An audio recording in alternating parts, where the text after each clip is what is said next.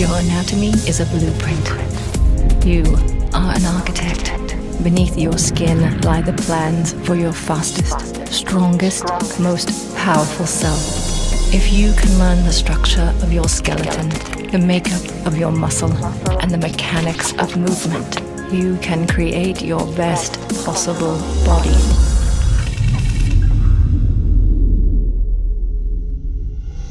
I'm Mike Robertson. This is Built by Science.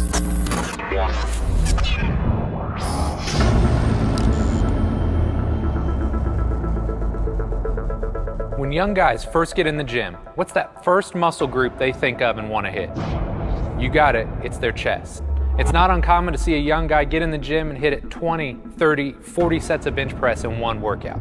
And that's just one workout. That's not over 3, 4, 5 days a week that they're in the gym. The bad news is if you're hitting 20, 30, 40 sets of bench press every single day, you're either going to end up with a shoulder injury or at the very least, bad posture. So as we go through this video, I want to teach you guys not only how to be more efficient and effective in your training, but taking that to the next level with some smart, targeted pec and chest training. In this video, we're going to cover the muscles, we're going to cover the bones and the joints, we're going to cover all the individual movements that those bones and joints create, and we're going to throw in a few key exercises so that you guys know the exact moves and techniques we want you to use to get the most out of your pec and chest training. With that being said, we've got IFBB Physique Pro Craig Capurso in the house. The guy's got an amazing physique, he's shredded. He's gonna help all of us better understand how to target and really hit our chest muscles.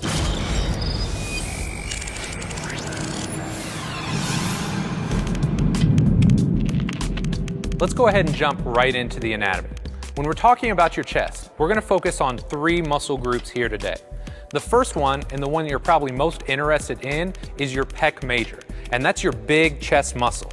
Now, within your pec, there's actually 3 subsections. You've got your clavicular head, and that runs from your clavicle, comes down and across, and attaches onto your humerus or your upper arm bone. Second, you have your sternal head, and that runs from your sternum all the way, comes across, and also inserts into your humerus or your upper arm bone. There are certain anatomists that will also tell you there's a third head, and it's called the abdominal portion of your pec. And it actually runs from your rectus sheath, which is a big part of connective tissue, and comes up and across, and it also attaches onto the humerus. So while there's 3 unique subsections to your pecs, these are a major player. And most times, a lot of guys are really gonna struggle with this top portion, this clavicular head. So we're gonna make sure we throw a few key exercises into the workout to make sure you're really dialing it in and hitting this area. So we've got pec major.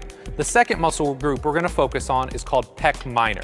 And this is a really small muscle group. You're probably not gonna wanna spend a lot of time in the gym trying to develop it, but it actually runs from a little bony prominence on the top of your scapula called your coracoid process. It comes down and attaches to ribs 3, 4, and 5 on your rib cage. So again, I want you to know that it's there, but you're probably not gonna spend a lot of time trying to develop it. It's mostly there for improving your breathing and your respiration. Last but not least, we're gonna talk about your serratus anterior. And this is a muscle you may not spend a lot of time developing in the gym, but it's absolutely critical not only for a nice balanced physique, but for developing good, healthy shoulders as well. So with your serratus anterior, it actually starts on the inside of your shoulder blade, wraps around, and attaches or connects onto the front of your rib cage. So as you guys can imagine, if you've seen really lean bodybuilders like Craig, they've got that great looking serratus. We're gonna make sure we show you how to develop that muscle as well, because it's really critical, not only for physique, but for performance as well.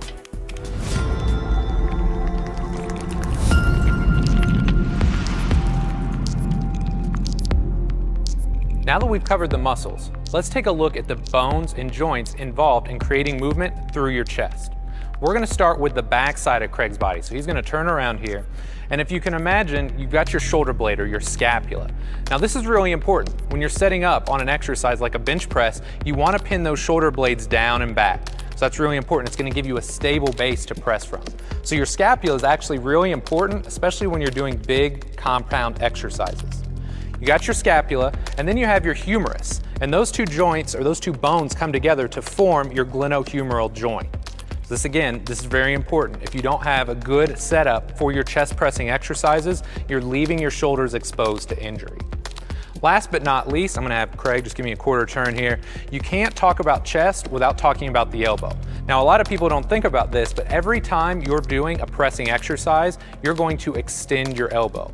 So you can't just talk about chest without thinking about shoulders, without thinking about triceps, without thinking about all of the joints involved in those movements.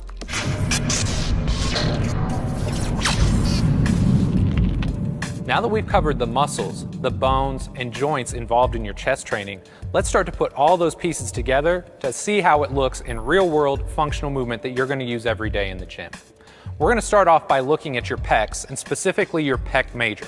As you recall, you've got three different sections here. You've got your clavicular head, you've got your sternal head, and you've got your abdominal head. So all of those will work together to create what's called internal rotation of your shoulder.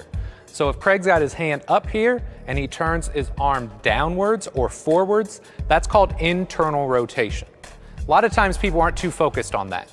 If they're talking about chest, they want to know, how do I get those striations? How do I look big and lean like this?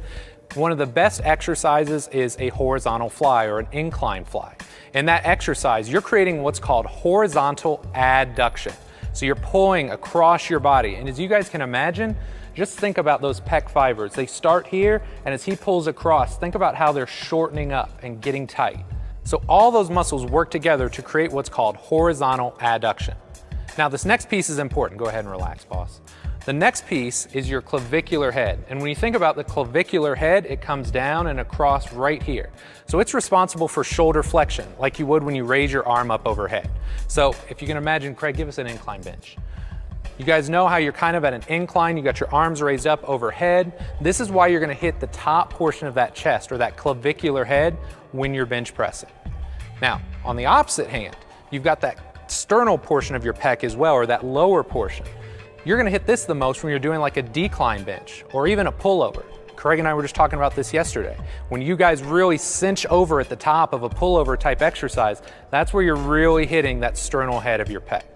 So as you guys can imagine, the torso position, the position of your shoulders, all those things are going to make a difference in what portion of your pec you're actually training when you're in the gym.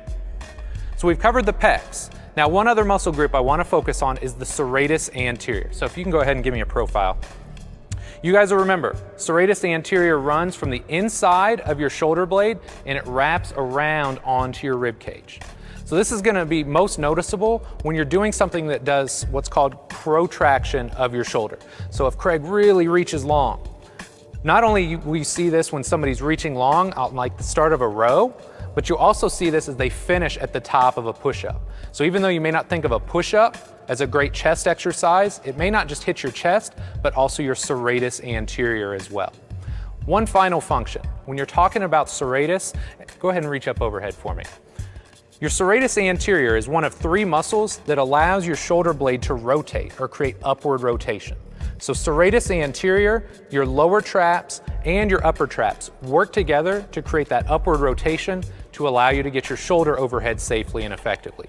So that's something I want you to know. When you're walking away from this, serratus anterior, it's not just great if you got a built physique like Craig, but it's critically important if you want to keep your shoulders healthy as well.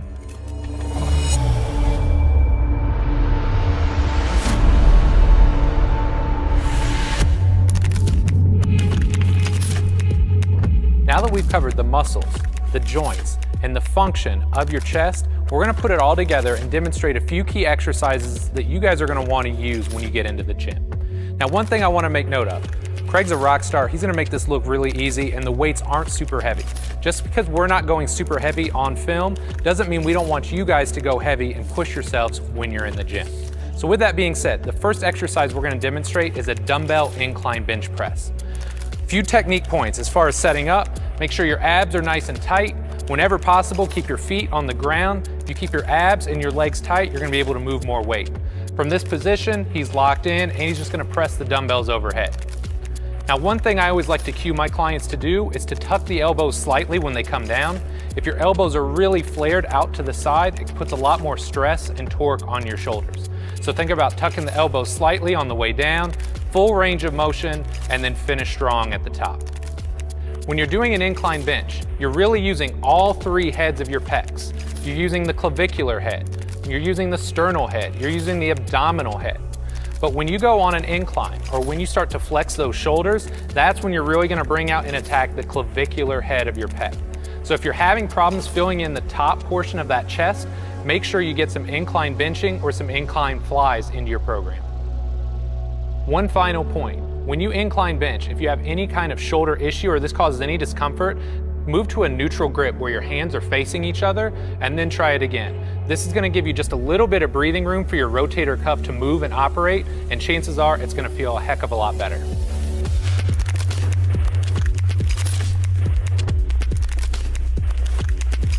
The next exercise we're gonna demonstrate is a dumbbell fly. And this exercise is really gonna hit the pecs as far as that horizontal adduction component of the movement goes. So Craig's gonna go ahead and lay on his back here, set himself up, good stable base, abs tight, legs tight, and then from this position, he's just gonna keep soft elbows, get a nice stretch through his pecs, and as you guys can imagine, you can just see those pecs kind of opening up and lengthening, and then from this position, he's gonna pull it back together and shorten it back up. So it looks like a very simple exercise. The man's got great technique, and it's really gonna help build balanced pec development. It's gonna hit the clavicular pec, the sternal head, and even the abdominal head of those pecs pretty evenly.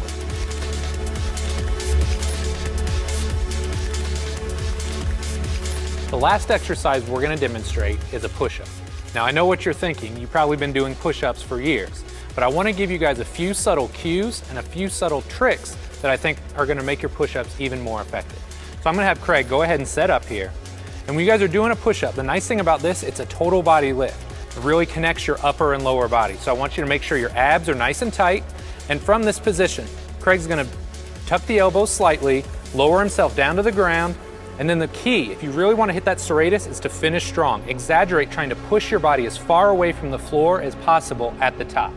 When you do that, that's when you're gonna really engage your serratus. So think about abs tight, tuck the elbows, control all the way down, and then at the top, finish strong, exaggerate, and really try and squeeze that serratus.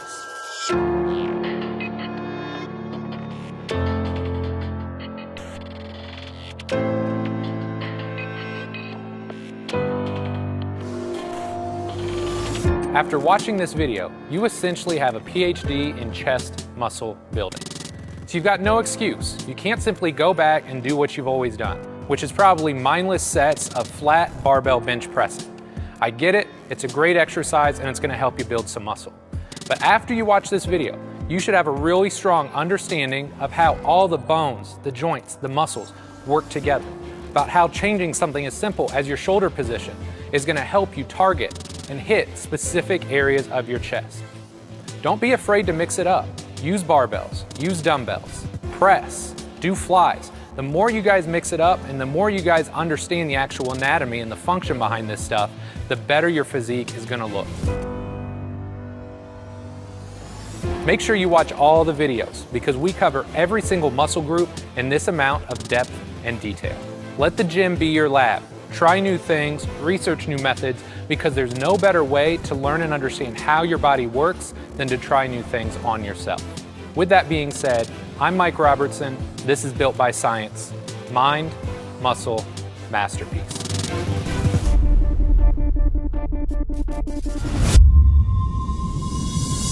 Learn muscular anatomy, biomechanics, the skeletal system, muscle function, and the best exercises to build lean mass. Knowledge is power. Know yourself to build yourself. Build yourself with the best. Mind, muscle, masterpiece.